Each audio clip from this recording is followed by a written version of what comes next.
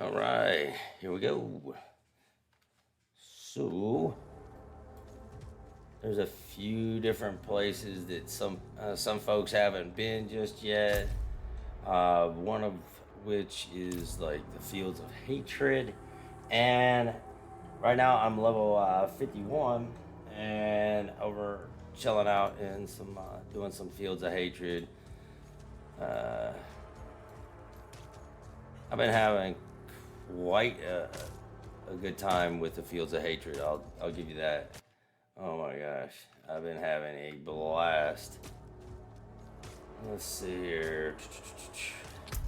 There's one way you can actually check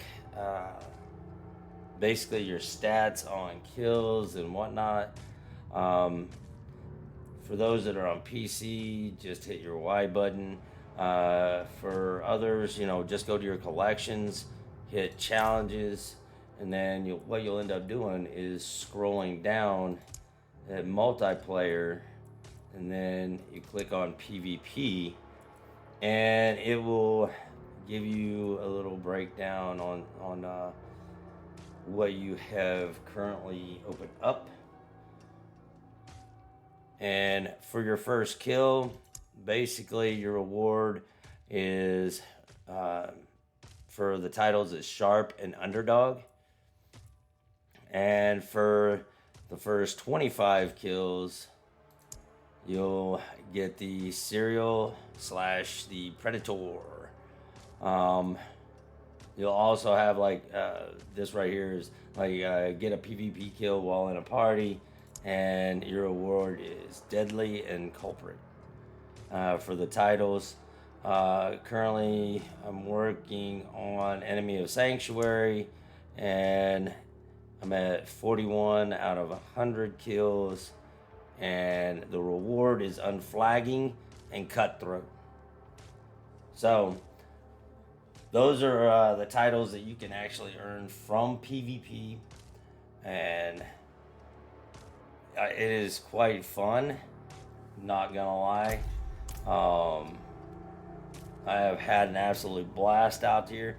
I believe it or not, you actually get a lot of gold out here because there is a lot of, yes, there are ears in my inventories, but I was like at 0 because of all the respecking I was doing and whatnot. So got up to 417,000 gold just since I just chilled out over here for a little bit. Right now, my current build isn't necessarily set up for PvP. What I have to do is switch basically one stat for another. So instead of having like Stomp, which I'm probably going to end up having both Leap and Stomp together. I just gotta figure out a functional way to do this without losing my build for the PvE aspect. So I've been working on a lot of things so far, especially in the PvP ranks.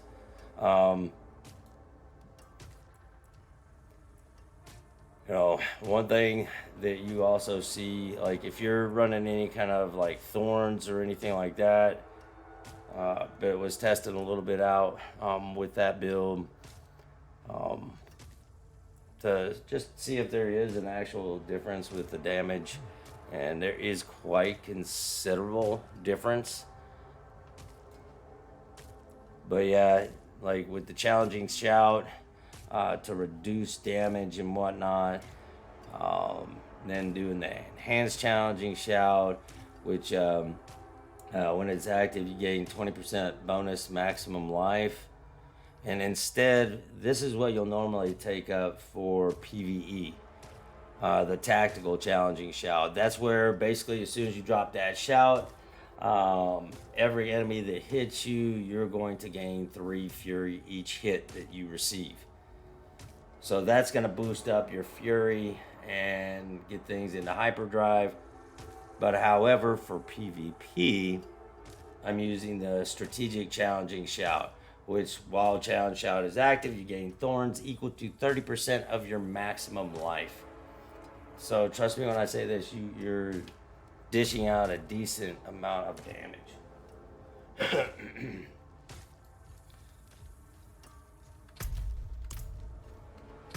And what you'll normally do, like if you're actually looking to fight here, you're going to be paying close attention to the altars of extraction, because that's where you'll know exactly where someone's going to be, and going to be there for, let's say, 50 seconds. So you got about close to a minute to get out there and throw down with them while they're trying to turn in. Because if you do succeed on the attacks, you're going to receive their seeds of hatred. Choking on that. I'm going down the wrong pipe. Dying. Dying. My God.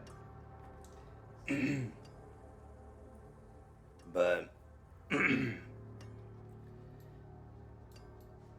it's pretty cool.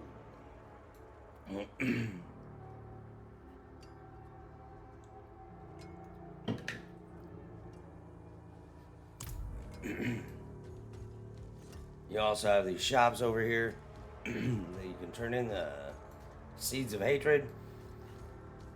This altar right here, the altar of cleansing, I'll show you real quick. You're going to hit your emote, and you're going to scroll up for the PC user, and then you're going to mark yourself for blood. That basically means everybody's the enemy of the state. So as soon as you go out there, you can attack anybody right out the chute.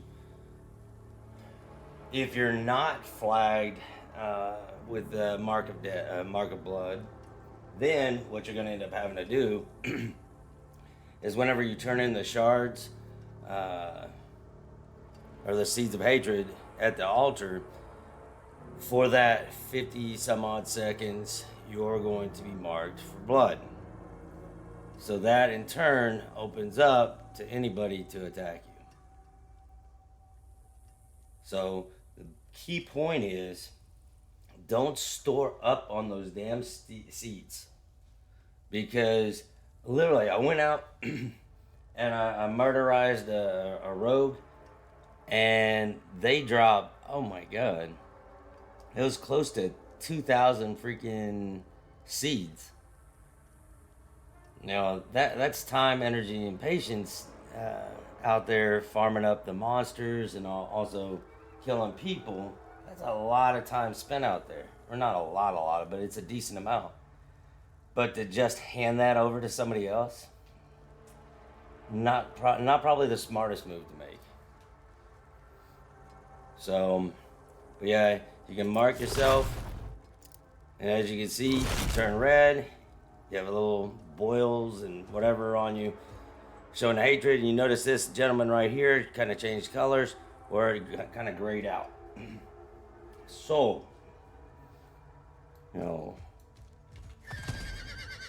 it is very, very wise to not just run around on foot through the fields of hatred. Because you can get ganked in 0.5 by someone coming by on a mount, doing their dismounted attack. And no matter what you try to shuck and jive, you're going to get at least some type of damage. And possibly the ability to get away. The only the times that I'll kind of like shift out away from the fight is if I'm waiting on cooldowns and I need to, let's say, get one more regular hit in to get enough fury. That would be my issue. If you're a spellcaster or anything like that, you might have to wait just a little bit longer. as far as like replenishment of, let's say, mana, essence, whatever, to get back in a fight. Because I'm not gonna lie, I am thoroughly impressed with the barbarian in PvP. The PvP skills for a barbarian, I don't. Rogues can talk a lot of crap, but they can't take a hit. Well, the ones I've ran into, and the ones that I've ran into are probably maybe in the upwards of close to 60. So, and don't be discouraged if you come out to the fields of hatred. If you are a little bit lower level, and there's a level gap in between you, it doesn't seem like there's a shit ton of difference. I mean, I'm gonna try to bring out, and ramp up another character so that I can test a little bit more with the lower levels entering the field of hatred, and if there is any kind of amplification for those under X amount, or they have to be at minimum, let's say, high 30s, early 40s. Because I originally came out here and started PvPing probably, I want to say at 45. So currently 51. The one thing that you do have to worry about in the fields of hatred is, in fact, like the mobs, because there are elite mobs here, and they hit like a Mack truck.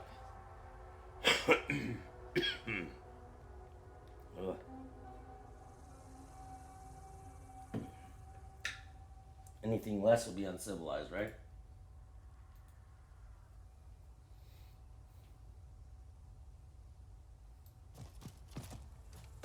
We'll go out here in the fields, see what exactly we got out here. And I do try not to disturb some of these mobs.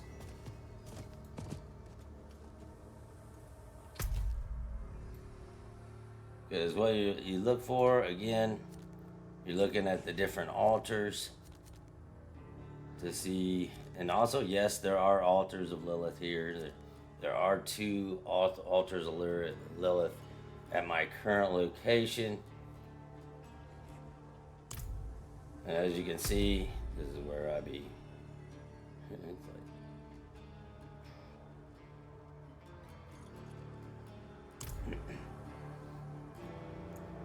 Any other questions, comments, snide remarks? We are here for you.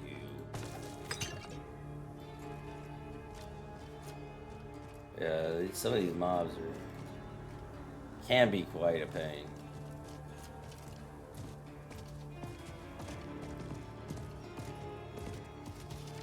I have tested this build on people, not mobs, so kind of curious, especially with dealing with the fields of hatred and the possibility of running into mobs, on how exactly they'll fare.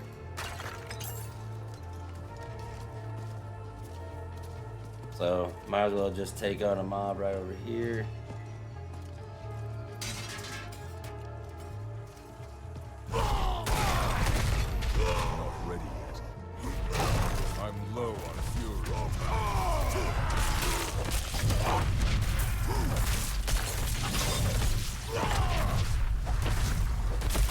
Not seeing like massive issues so far.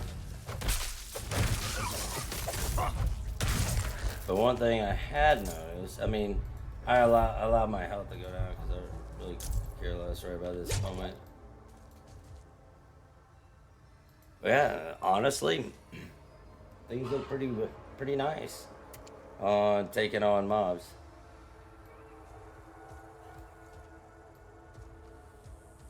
You also have to definitely be careful around here.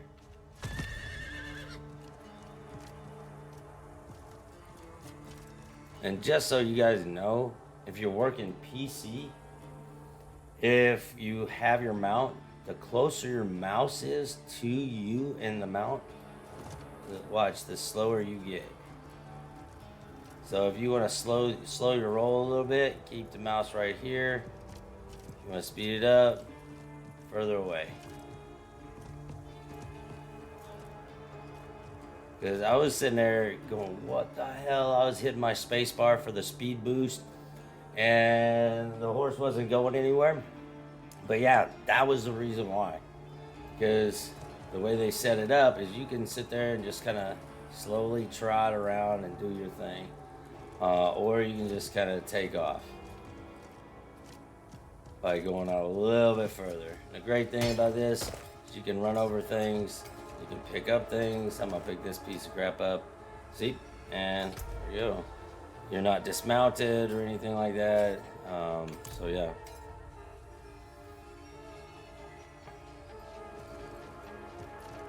And right now, I'll show you like the PvP event here.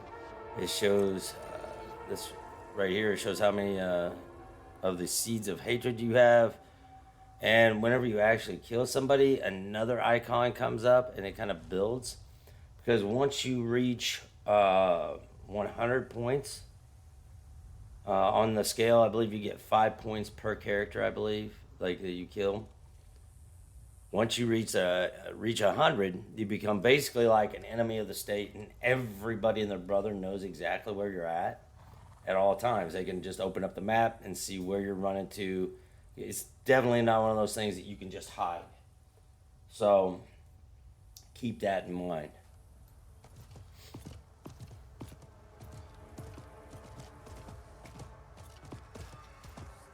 And I'll go over here to an altar just to kind of show you.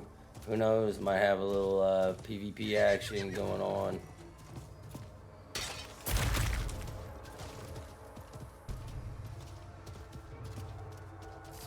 Here, slow it down. There's a few. I hate those poison ones. I hate them with a passion, honestly. We're gonna just skirt on through. We're probably gonna have to attack some of these mobs at one point.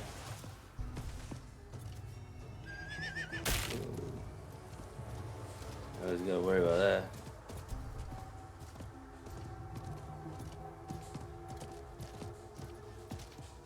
Scooch around here.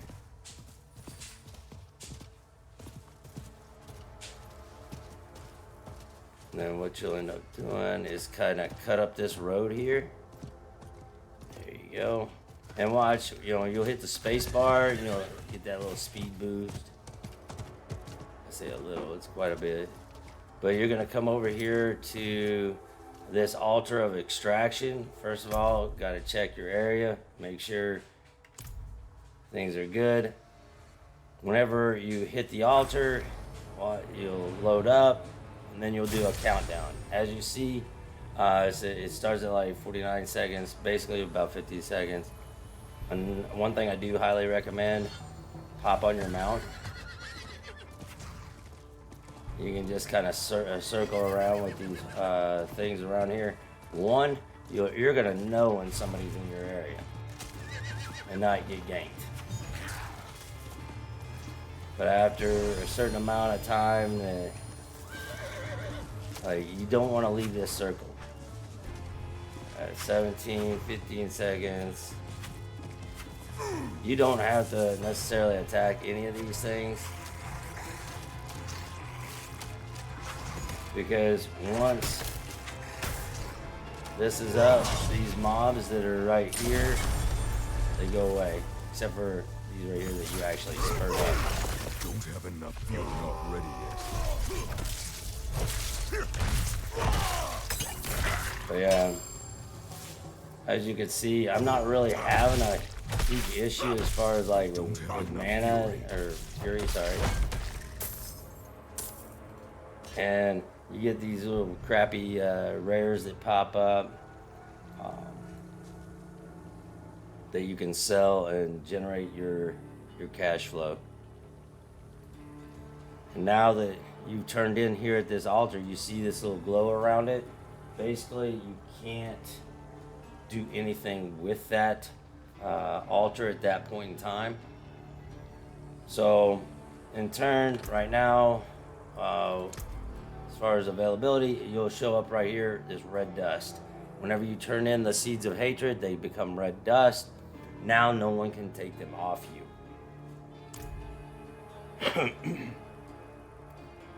So that's definitely a down and dirty as far as with PvP. But yeah, I've been having a blast out here. Absolute blast. And you know, for those joining us right now, welcome. We're just talking about the fields of hatred right now, just to give a little bit better understanding. Oh, great, right here. This shows that somebody else is in the area, and it shows their cooldown. Basically, just wrapped up. Somebody is in fact in the area, and you know, probably looking for a fight and one. I'm already marked for blood, so if someone wants to give it a go, we can give it a go.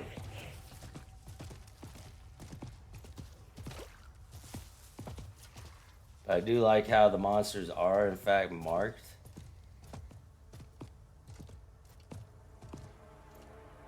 And if the only way that you like say you're marked for blood, the only safe place for you is, let's say, coming back into the town. I'm in Denshire, so. But you can also spend right over here, like for, let's say, these mount skins and whatnot. I wish that they had, because I keep trying to do Alt, Control, Shift, whatever, so you can actually see how it looks. But unfortunately, Blizzard has not done that yet, which I would think that would be absolutely amazing. I mean, they've done it in WoW, they've done it in all these other things, so it actually shows you what you're possibly getting and seeing if you actually even want the damn thing. So yeah, they've actually put on a few more items. They did not have this item the other day, the Demonic Warlord's wind chimes. I have not seen that, nor have I seen the Bloody Warlord's warning. And I believe this is all, I mean, just like, let's say, you know, you have, let's say, right here. I'm going to try to show this without, there we go. Because, like, where you have a Shava's horn at, I believe that's where that's going to be, that item's going to be placed. So I think it's going to be, it's pretty cool looking. Like to have this freaking torso hanging off your mount. That would be absolutely amazing. So some things to actually work towards. They do have